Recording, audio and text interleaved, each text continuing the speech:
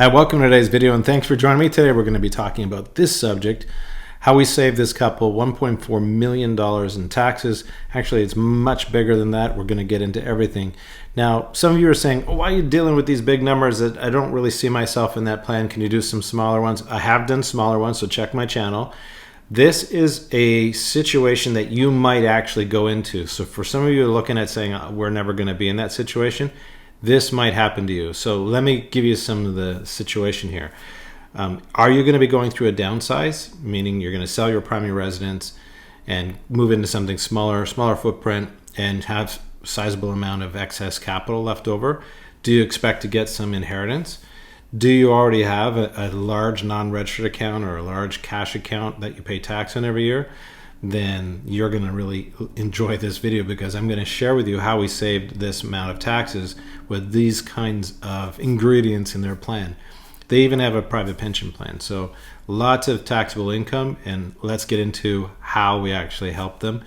And as always, I love seeing your comments, so put your comments below and I'll read them as soon as we get into it. And I love your comments, by the way. They're so important to me. And remember to smash that like button. Let's introduce you to Mary and Bill. They are 64 years of age. They recently retired. They have a big travel budget, and so they want to see the world, and they're going to, I'll get into how much money they're going to spend. They want to lower their taxes, and they want to elevate their estate. So that is the two big goals. Pay less tax. When we know we got all this cash, how do we pay less tax? And elevate our estate value and let us travel the world and enjoy our money. Does that sound like that might be you, or it could be you, given the fact that you might downsize and have these events where you might get an inheritance? So let's look at what Bill and Mary are up to. You're now looking at a plan, and we're going to go through this left to right. There's a couple slides I'm going to take you through, sort of kind of orient you in terms of who they are and what's going on in their life. You can see at the top left-hand corner, they're Bill and Mary. They're 64 and 63 years of age. They plan to spend about $50,000 a year of after-tax spending, so kind of a modest lifestyle while they're at home, not spending a whole lot of money, but they want to put it all towards travel. I got a lot of people, maybe you're like this as well, where you just want to, you've saved up all your life, you're now retired, and you want to really explore the world. So they're starting with a $40,000 after-tax, right? Spend on travel, and that's going to go up with inflation. You can see how the number is going up each year, higher and higher, all the way out to age 79. You'll notice at the bottom of the page, I'm only showing you 82 because the page is too deep, but we're actually going out to 90 here. So that's going to be consistent through this video. So you can see they got this travel budget. Their lifestyle expenses starts at $45,000, goes up with inflation. That's that nominal amount. You see that column. So we're making sure that their lifestyle spending is being met as inflation goes up, and their travel budget is also going up. So that's sort of how much money they're spending each year. They've got private pension plans. You can see that pension column starting next year about $43,000, which also goes up with inflation as well. We've pushed off their CPP to age 70 because they've got all this money. Look to the far right-hand corner. You see this all types. They have $4.5 million in cash. That's not including the house. Look to the right. You see that $1 million. They have a modest house, $1 million. But they've saved. They managed to get a lot of money put aside for their retirement. So you can see they've got a lira. It's about $600,000. They've got an RRSP, 1.3 million, and they've got TFSA. These are combined values, right? Just over 400,000, and a non-registered account, $2 million. So where does this all come from? Maybe this was an inheritance. Maybe they sold some rental properties. Now they've got this money. They could have downsized much earlier, and they got a $1 million condo now, for instance, and they've got all this money sitting in a non-registered. Do you see how that could be you? Maybe it is you already. But maybe that's a life that you step into later on when you do the downsizing event and you sell a $2 million home or a $1.5 million home and you've got no debt against it. All of a sudden you might be 70 years of age with a $1.5 million non-registered account. What do you do at this point? So naturally you'd say, well, we're going to give it to our kids. But at 64 and 63, their kids aren't that old yet to take all that money in their hands. So that is an obvious concern is giving too much money too early to the kids. So they're going to hold on to it. What's the dilemma with holding on to your money, the non-registered account?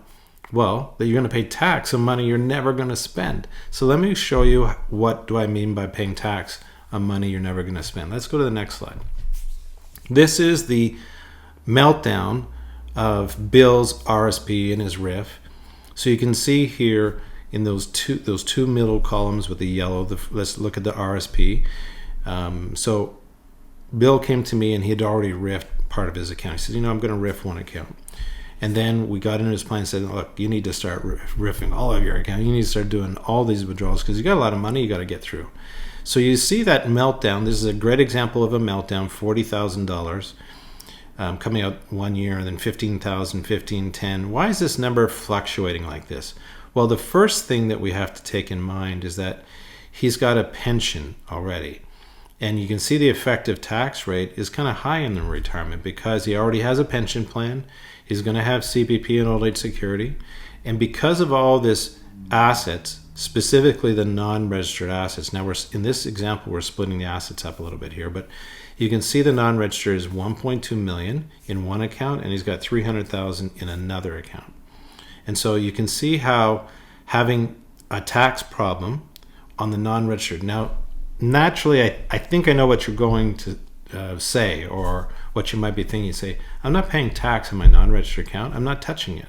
So the question that or the dilemma that you are going through right now is you don't want to spend your non-registered account because you're going to have a disposition and pay tax. So you're just going to let it grow. But the problem is you're always going to have that tax problem later on in life. You got to deal with it at some point. So we're showing them dealing with it every single year. They're paying their tax. So in this example, you see this RSP meltdown, you see a RIF meltdown. The effective tax rate is about 24% all the way through their life. They're doing maximum TFSA contributions throughout their life. Now, let me take a minute to explain this. Many comments I get on TFSAs where you'll look at this and you'll say, look, let's track across to age, let's say 78. You see they have a $10,000 TFSA contribution, and you're all saying, how do they put $10,000 in a TFSA when the limit is only $7,000? The way the TFSA is designed for it to go up each year with inflation, and then they round it to the nearest $500. That's how the TFSA program works. So if you look at that, we're showing future values of TFSA, future deposits of TFSA, and we're taking in mind that the TFSA is going to have larger deposits later on. So you can see we have 2 more years of 7,000, then we've got 7,500, then it goes to 8. You can see what's going on? We're rounding it up. As soon as it gets closest to the nearest 500, we round it up. So that's showing you how you're doing contributions throughout your life. Now, many of you also haven't thought of making TFSA contributions while you're retired. And if you have extra money that you're not spending when you do the RSP meltdown, put it in your TFSA if you have room. Okay, so that is just showing you we're still doing the RSP meltdowns. We're still doing the TFSA, trying to hide some money in the TFSA, trying to keep that tax rate low, but they still have a problem with their non-registered account.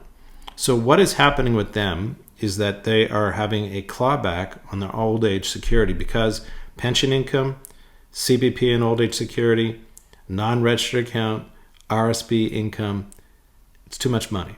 The only way they can get away from the old age security clawback is to give their money away, and they don't want to do that so early. They still have their whole life to live, so you have to make sure you've got enough money to live for medical reasons or if you want to change your lifestyle. But they also don't want to give the money to the kids, that much money right away.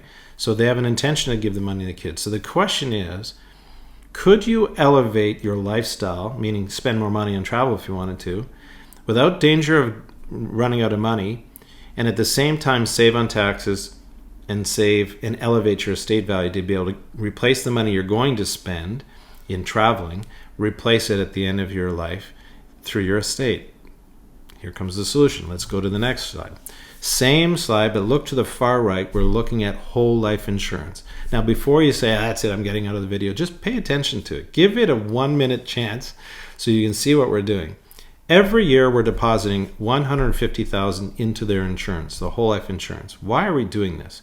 When you take money and you transfer it into a whole life policy, you don't pay any income tax on the money that grows. You see, in a whole life policy, you get a dividend annually, and that money grows, it compounds on itself, and you don't pay any income tax on the growth. Look at the cash value. That column says total CSV.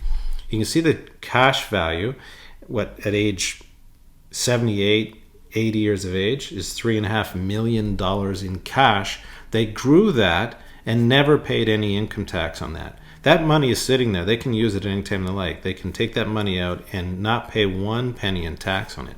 So imagine, it's really, if you wanted to compare it, it's like a TFSA account that has no limits on it, right? They're not paying any income tax and they can deposit much more than just $7,000 per year. Now I'm going to show you the math why $150,000. Let's pay attention to this. This is really cool. Look at the non-registered account. In 2025, it has $2 million in it. That's after we've taken $150,000 and moved it into the insurance. So this non-registered account we're showing in their plan gets 5.5% rate of return. So they're making more than $100,000 per year before tax on their non-registered account. So that's a problem, right? Because they're paying tax on money they're never going to spend. So despite putting $150,000 over there into insurance every year for all of their life, because they're trying to hide that money legally inside of tax shelter, basically an insurance. Look at the drawdown on the non-registered account. It gets barely below $2 million throughout their entire life.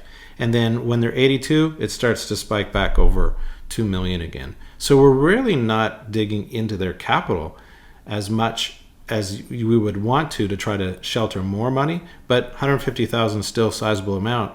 And look at what happens as a result of that.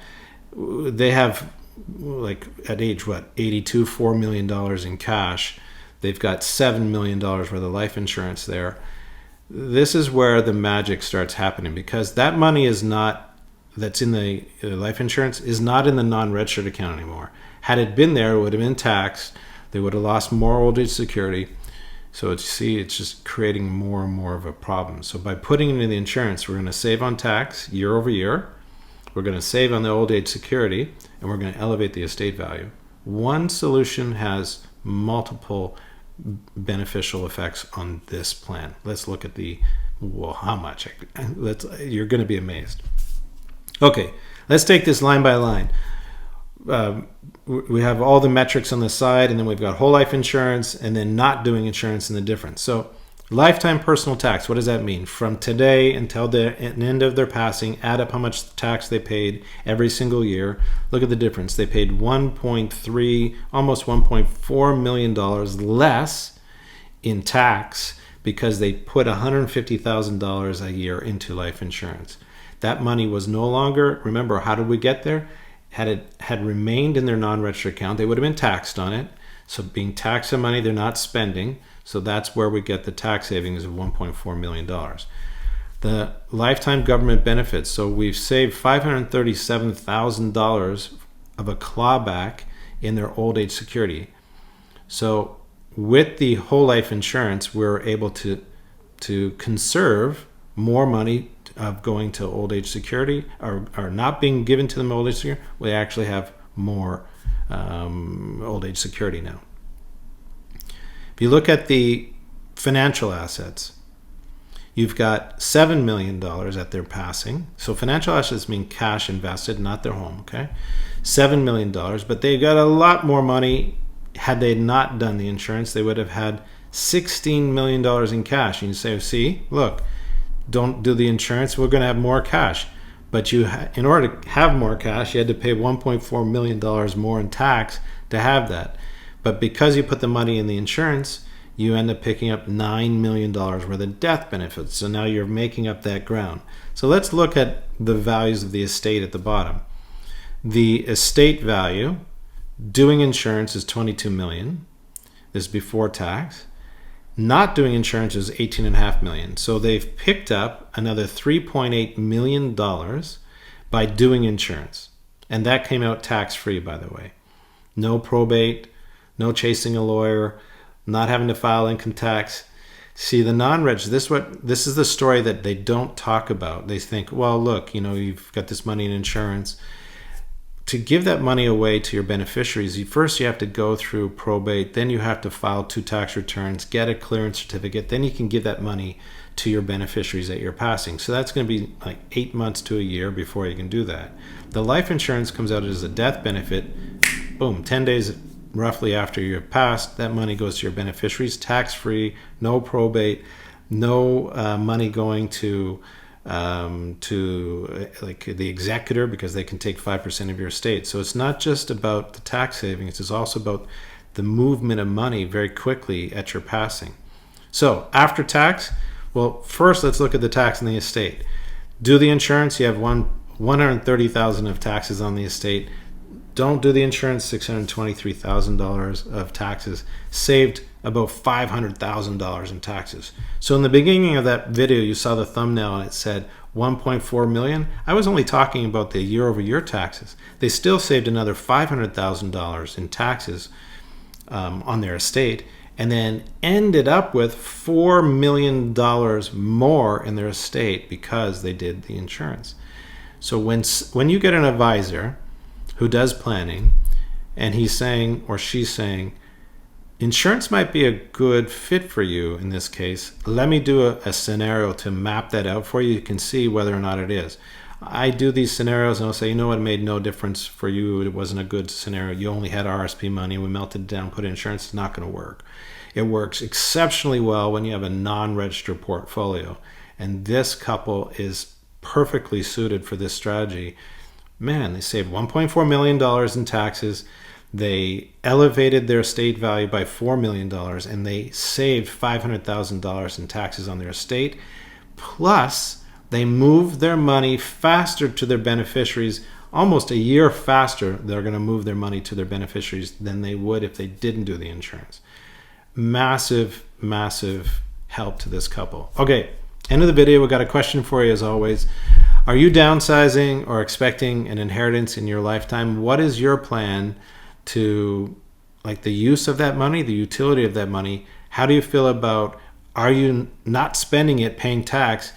Is that something you want to explore? If it is, have your advisor go through this illustration with you, do a life insurance illustration, have a look at if they're doing planning, put the planning with the insurance, see if it worked for you, because you might find that is a perfect solution for you to save money, elevate your estate taxes, and move money to elevate your estate, not the taxes, and move that money to your beneficiaries in a very quick and timely manner. Very tax efficient strategy here. Well, thanks again for tuning into today's video. I really love seeing you in this video again. As always, share this video with anybody who needs to see it. Comment below. I love reading your comments, and then we'll see you in the next video. Thanks, and be well.